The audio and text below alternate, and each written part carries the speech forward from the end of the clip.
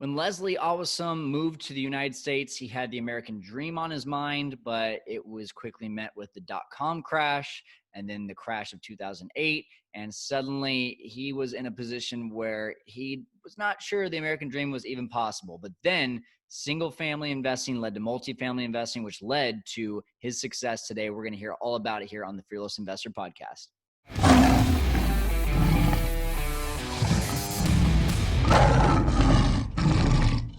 Welcome into the show, guys. You are listening to the Fearless Investor Podcast. I'm Kyle Stanley. And if you are here listening or watching and you're not driving, I want you to take a second. I want you to just go ahead and jump over to fearlesskyle.com. Check out our site. There's two options here that I really feel like if you're listening to this show or watching it that you're going to be excited about. Either number one, if you're serious about getting into Airbnb, right there on our homepage, you can jump onto our Airbnb profit calculator, figure out exactly what you need to be able to make a deal work in Airbnb. Or on our site, you can also go to fearlesskyle.com/consultation and book a free 15-minute call with me. Get all of your questions answered about anything that is holding you back from taking your first step in any form of investing, especially along the lines of real estate or Airbnb. Now, today, I'm really excited because Leslie Awasom, who is a full-time nurse before anything, is also investing in multifamily. And we're talking about the American dream. He moved here a while back in 2000 and just was met with a lot of, he ran into a lot of controversy and a lot of things that really made him doubt, is it possible to be able to succeed in this country? And he found the way. He found what the vehicle for the American dream truly is, and he has run with it. He's doing amazing things, and you're able to connect with him too. So let's get to it with Leslie. Hey, we got a special treat for you guys today. Leslie Awasom is with us. He's actually a full-time nurse, but is investing in multifamily real estate as well. He's helping a lot of people along the way too. And this is interesting timing, of course, with all of the COVID stuff going on. So I'm sure we'll have a little bit of a conversation about that too, being in your line of business. But Leslie, thanks so much for being on the show, man. Oh, thank you so much for having me. Thank you. Awesome. So, hey, let's get right into it. What is your most interesting or strangest real estate investing story along your way?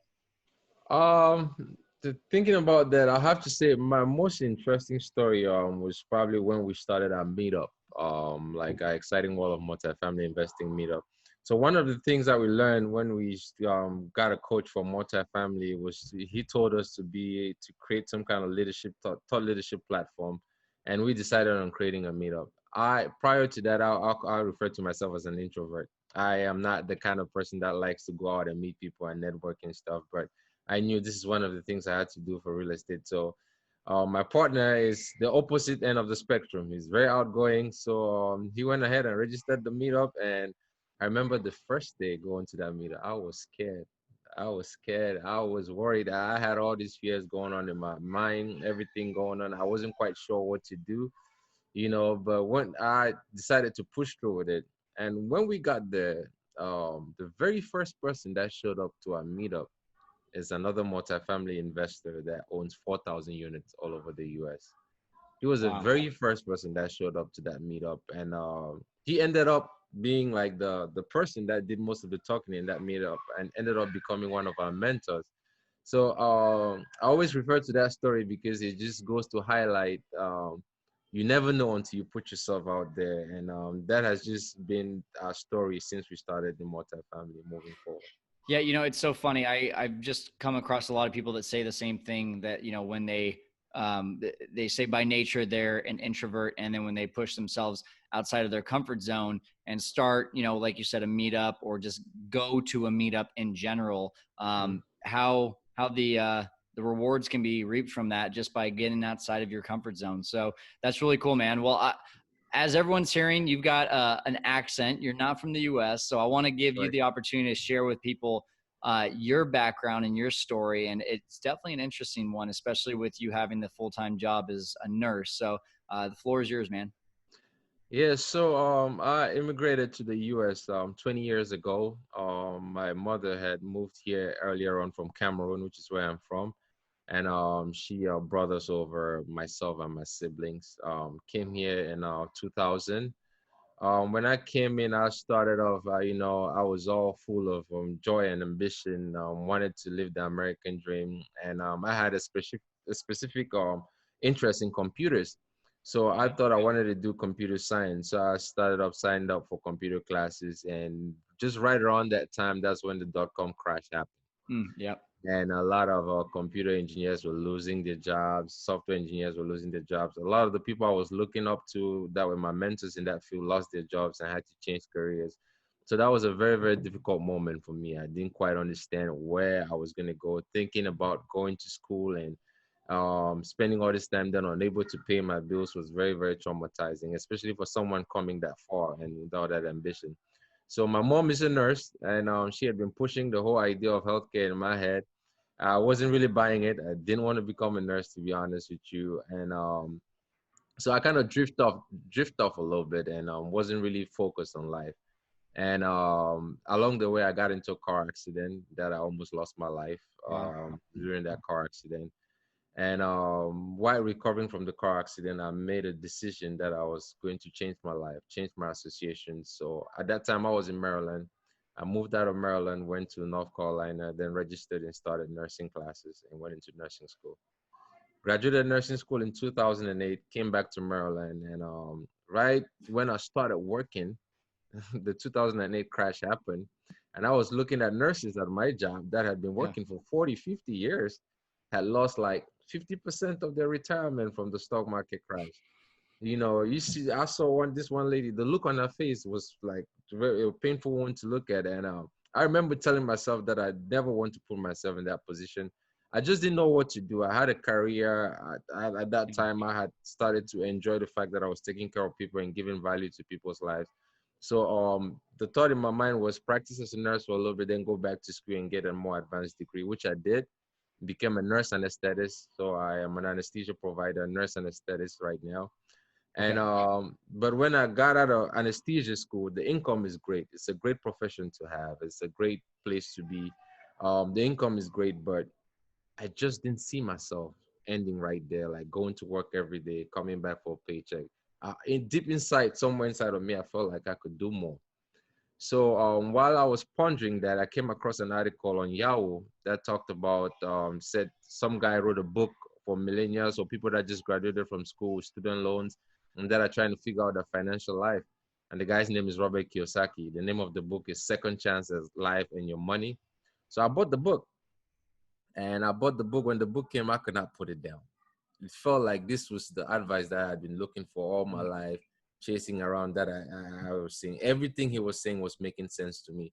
A lot of the questions that I was asking about the society, about life in general, were being answered in that book.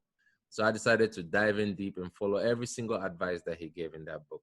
Some of the advices he gave was like to read more books, go out to networking events, read book on personal development and stuff. I just got in and started doing that, just spending all of my spare time reading more books, autobiographies, listening to tapes, and then venturing out. He talked about real estate. I really liked how he explained real estate on there. So I started venturing out and going to some meetups and events where we'll just go and sit on a quiet corner and look. But I like what I was hearing, you know. So 2017, decided to take the plunge, took the courage, bought my first investment property, Okay. uh, a rental. It went really well. It was proof of concept for me. It went well on two fronts. I enjoyed the aspect, the whole process of going over there, monitoring the project, supervising the project, and seeing it come to life. Then after everything was done and the tenant came in and went to refinance, the values in that whole neighborhood too had gone up. So we made a tremendous amount of profit in it, and that was like the aha moment for me. Like everything was proven right there, and so I decided to focus on this. And a few months later, I met my partner, and he liked what we were doing. We talked about our mindsets, got along very well. Started meeting, playing Kiyosaki's cash flow board game, and learning about each other.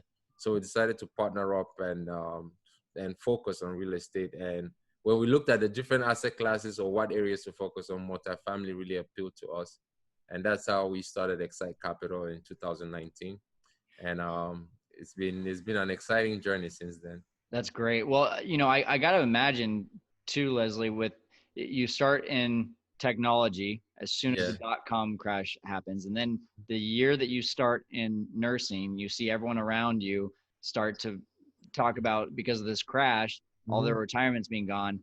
Did you feel like you were bringing a curse along with you along the Oh way, or my what? God. You have no idea what I was going through at that time. I was like one of those people who was saying, oh man, the American dream is a lie, all this stuff. We've been fooled, all this stuff, and while in nursing school, I had been looking at real estate. But then the people that had been looking, investing in real estate, and most of them were doing it the wrong way. They lost all their houses. Yep. So it was like I didn't have no choice. I didn't really know what direction to take. So I was just questioning everything and wondering where life is, because I wanted more, but I wasn't seeing more coming from any direction. So take me back then. I mean, obviously, when you said Robert Kiyosaki, I was thinking you were going to say Rich Dad Poor Dad, because that's usually the one that people talk about. But was the fact that you were reading one of his books one of the reasons that led you to real estate? Or what was it that you saw or heard about real estate in 2017 that made you want to make that plunge? So in 2008, I had seen people getting involved in real estate, and I was actually thinking of getting involved in real estate as well. But then they lost all their houses. So I was scared to even touch anything real estate at that point, because I really didn't understand how to invest in real estate. But in his book, he broke it down in Second Chance. And after I got Second Chance, I went and read Rich Dad Poor Dad, because he referenced Rich Dad Poor Dad on there. So, and he broke it down, and everything he was saying made sense. And from that, I could see what the people that I looked at did wrongly, and how I could do that correctly and invest in real estate and be successful. So everything he was saying made complete sense to me. So that's why I decided to take a plunge. From the numbers perspective, finding the right properties, finding the right deals. Mm-hmm. Then I started going out and meeting other people that were doing it, and that were doing it the right way and were very successful. So again, that was another form of like encouragement for me to move Absolutely. forward. Cool. Well, and you said you had this kind of aha moment when you saw proof of concept in your first deal. Can you take us through that first deal? Yeah, the first deal was like a condo that we got. I actually purchased it with my brother. So we used our own personal funds to purchase the property. It was an estate sale. So to put the down payment and to renovate it, we used our personal funds, but got a loan from the bank for the rest. So purchased it, renovated it, then put a tenant in there. Once the tenant got in, Section 8 tenant, rents were good because we converted it from a 2 to 3 bedroom. So Okay. increased the value of that. Then, so when we went into refinance, that neighborhood, the values had gone up. So the value of that building, of that unit had increased by about $77,000. Nice. So just looking at that, getting looking at the values and see that $77,000 increase was like a proof of concept, and realizing that as a W-2 employee, which I am fortunate that I have a well-paying job, to make that amount of money, the amount of hours that I gotta put in, and the amount of time that I gotta put in, and to see that, let's say one property, you do that to a couple other properties, and you're still making cash flow from it, like Kiyosaki thought, you buy it for cash flow, and the cash flow still, and it keeps building over time, and it's like everything I learned in that book was like, okay, it worked. So once it works, I gotta keep going. That's great. Okay. So how long did you stay in the single family investing, and what was the reason that you decided to move over to multifamily? About 2 years, and the reason why I decided to move over to multifamily is partly I'll have to give a lot of credit to my partner, because if it was all up to me, I probably would have stayed single family investing for about 6 years, before moving to multifamily. But my partner owns a financial services business, so he's been in a business world and he understood the fundamentals of business. So he brought this book to me by Grant Cardone, and I read the book. And one of the things he talked about was like, why waste time buying one door? He explained his story, how he went through getting single doors and stuff. And he really emphasizes the importance of the numbers. That's what made sense to me, is like the numbers, right? Mm-hmm. One versus 16 door, and how more doors can give you more professional management. And when I read that, and that time I had been going through a lot of like personal development content too as well. I realized that getting into multifamily is something that is going to help me grow. It's going to force me to get out of my comfort zone. And in order for me to move forward to that big self that I see, I have to step out of my comfort zone. So that was one of the exciting factors that pushed me towards multifamily.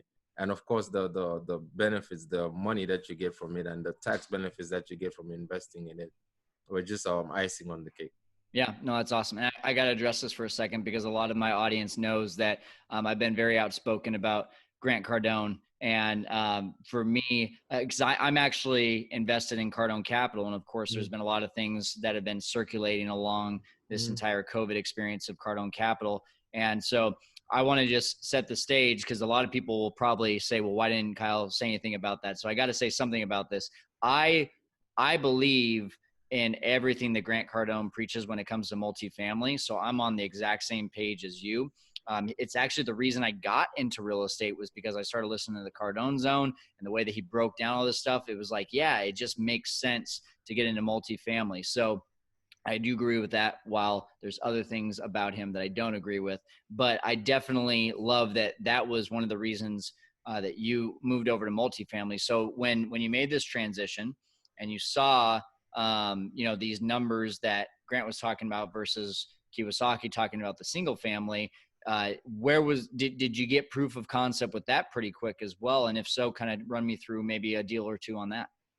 Yeah, and just going back to Grant Cardone again, you don't have to agree with everything that he says. You understand what I'm saying? But Mm-hmm. take what he says and evaluate it for yourself, and take the stuff that makes sense and you adopt it. And that is the same kind of approach that I use with everybody. So I completely agree with you on that part. And now on the proof of concept part, so once we heard, once I read what Grant Cardone wrote, and it made sense to me. I did my own research, and that's when I started getting exposed to other people that were doing multifamily. In all honesty, I didn't even know that there were that many people that were interested or out there investing in multifamily. But once he brought that awareness, I started being exposed to other people that were doing it. So we signed up for coaching programs. So because we knew at that point we needed the education, signed up for coaching program, and the stuff that we're learning from the coaching program as we go out to other events and talk to people, realize that we were really onto something. Like one of the great because what we realize is the whole aspect of multifamily investing is something that is not that popular in our community. In our communities, a lot of people I thought go to work, invest in the stock market, retire, and do all this stuff. Whereas when you look at these numbers that multifamily or other investments, alternative investment produce, it's crazy why some people want to stick just in one direction, right? To open up their minds to the other stuff. So we looked at a bunch of deals, evaluated a bunch of deals. Our very first deal, the one I told you about, we ended up as limited partners on a 192 unit apartment complex. We took part in the due diligence, went down there, looked at the apartment complex unit, worked with the team to get everything together, and we invested personally in the deal. Then once you start receiving the checks, the cash flow checks, Mm-hmm. and you see the returns that you're getting, and you compare to what you've been getting to other investment vehicles, it's like so then that makes complete sense, and at this point I'm 100% focused on multifamily. I actually had to remove all my stuff from any other of the other accounts I'm invested in, because I know multifamily. I know how to evaluate the numbers. I know how to look at a good deal and focus more on that. That's great. I mean, that's conviction right there, is knowing that when you're moving all this money from one account to this exit strategy of multifamily, that takes a lot of confidence. So was that a scary moment at all when you went to do that? No, it wasn't. um Everything made sense. Like I do the underwriting for my company, so I run on the numbers, and I see what happens with the numbers. I know the risks that are involved, and I look at the other stuff, and now with more financial education I understand the risk of the other stuff. So I evaluate the risk versus risk, and I realize that with multifamily, with the knowledge that I have, there's minimum risk with what I'm doing compared to the other vehicles that I'm investing in. For someone that might not have all the education and the knowledge, it might sound risky, because investing in something that you don't know can be risky, and I know multifamily, so I have no qualms with investing in it. That's great. Well, so right now, your majority of your time is going towards your full-time job, it sounds like. So how are you able to balance that? And I mean, is it seems to me that with a huge mindset of multifamily, that you're really just one or two deals away from getting to that point where maybe you can even move into that full time. Is that where your mindset's at? Oh, absolutely. Like I said, I am truly blessed to be in the position that I am in as far as my job is concerned. I'm grateful for the job because it has helped me provide for myself and my family and give me the resources to be able to invest in myself more. So but and the other great thing about my job is I work mostly on 12-hour shifts. So I work 3 days a week and I have a bunch of other days free. That's great. So and once you find that thing that you're passionate about, every little free time you have, you spend on it. Like today, I don't have to work. Prior to coming on the call with you, I was spending time and looking at other stuff at Panera and looking at other stuff related to my multifamily, and that has been my life for the past 2 years. And I'm grateful to have a very supportive wife and family that have been behind the scenes and pushing me forward. So every other free time I have, I'm focused, and it doesn't feel like I am going out there and working because I really enjoy doing this. So when you're passionate about something, you'll find the time. So I got to ask that backup question because you said every little free moment you're spending on this. There's that moment where you're probably in your business trying to figure out time management. 36 hours in your full-time job, and you've got sure 4 days off, but you got family, you've got the wife, you got kids, all these things. So how are you managing your time to be productive when you are sitting down and doing those money-making activities for multifamily? So one of the early lessons we learn along our journey, like I said, we involve in a lot of self-improvement content, and one of the courses we took is Insane Productivity by Darren Hardy. And what we learned, one fundamental thing that I learned from that is it's not about time management, it's more about self-management, right?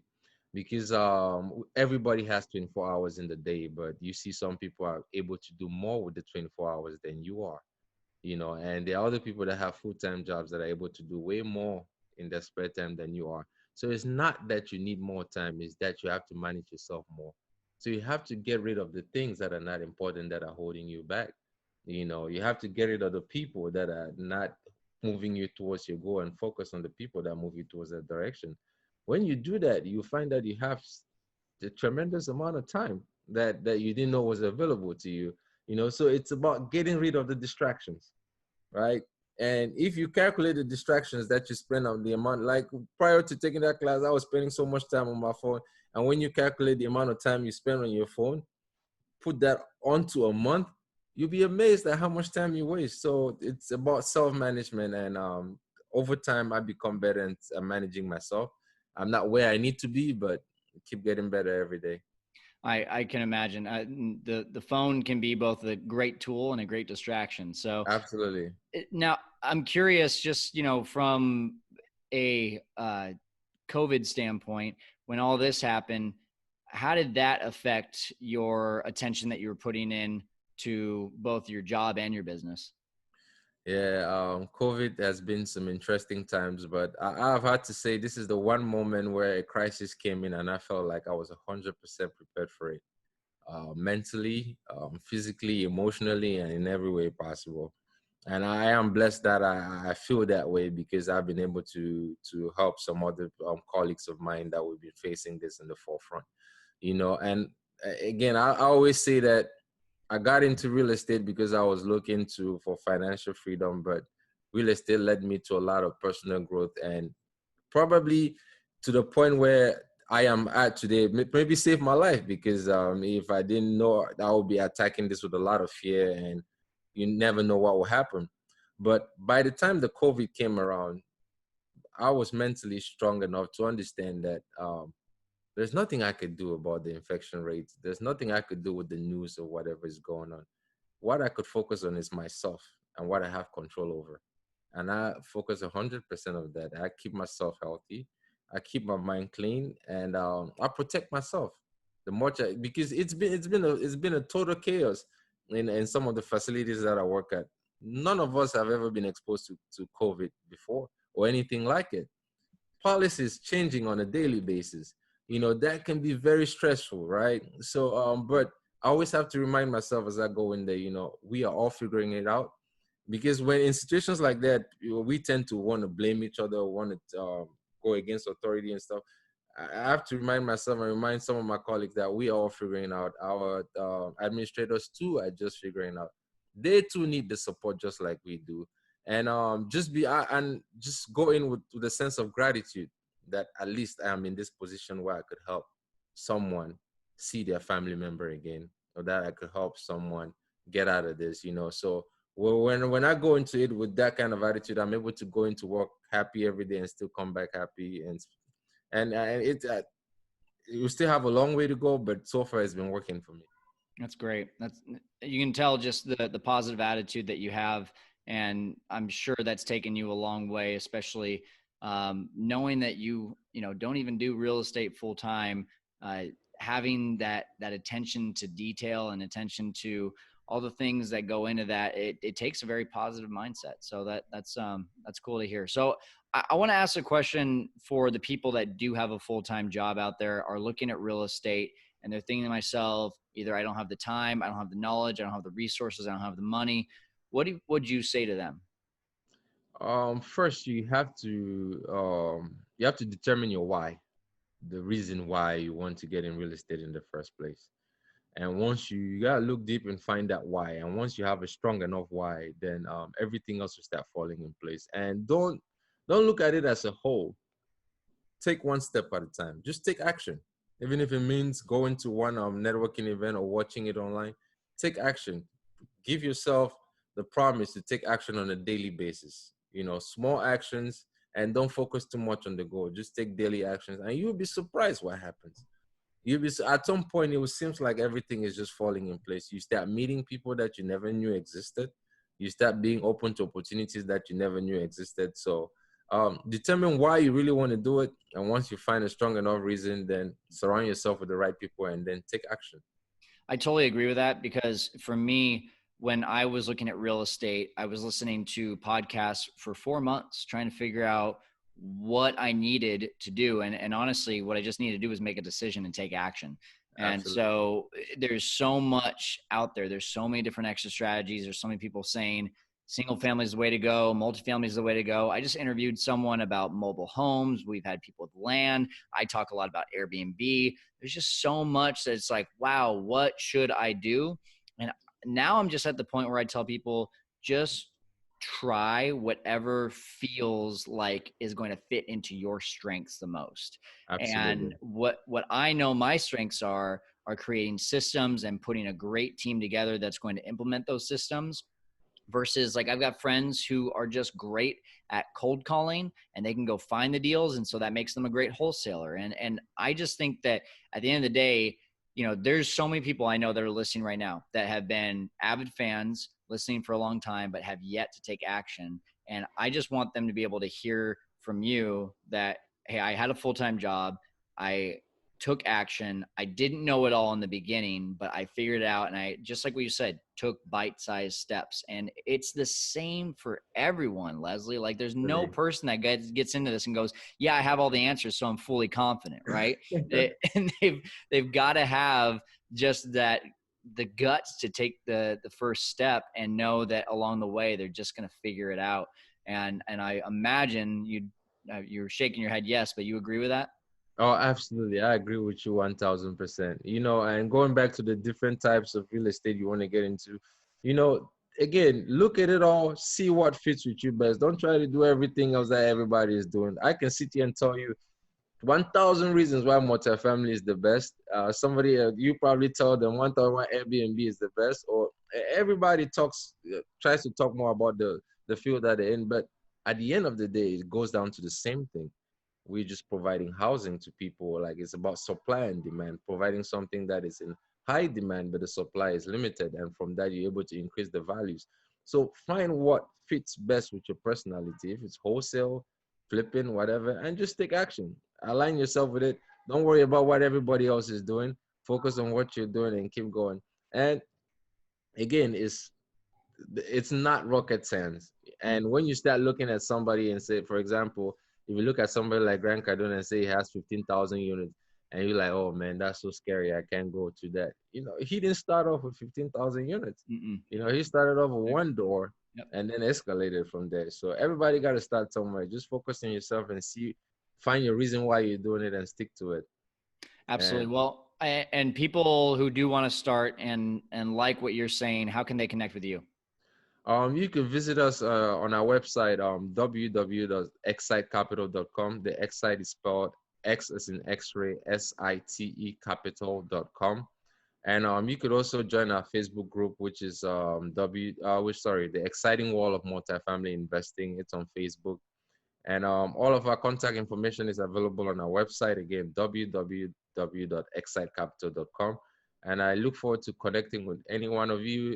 If you have any questions or need any help along your growth journey, please reach out to us. That's awesome. Well, we appreciate your positive mindset on the show. Always like having people like you on the show, Leslie. Thanks for being on here today and helping our audience to conquer the world of investing. Oh, thank you so much for having me. Thank you for giving me this platform to share my story. Thank you. Let's get you over to the show notes for this one. It is fearlesskyle.com/Leslie. That's Leslie. And you can, again, check out his Facebook group, check out his website right there. And I just like this guy because he's got a very positive mindset. He's doing some great things. He's still on his journey. That's the great thing, is that he's done a few deals in multifamily. He's already been successful, but he is going to be, to me, I think we're going to check back in with this guy in a year or two, and he's going to be just way up here doing even bigger deals, even bigger things. And I'm excited for him. And sounds like he's on his great track to be able to exit out of being a nurse full time to spend more time on his business and with his family. So I know that can be you too. I know most of that's you. And if you're at all thinking, is it possible for me to be able to have a full-time job and do this? Well, here's your proof. It's just like what Leslie said. If you are passionate about something, if you want it bad enough, if you have your why, then you're going to be able to spend every waking moment that you're not working or not with family, working towards those goals with that business. So I hope this hit you at some level today. And I just want to thank you for being for joining us on the show today and conquering the world of investing. We'll talk to you next time.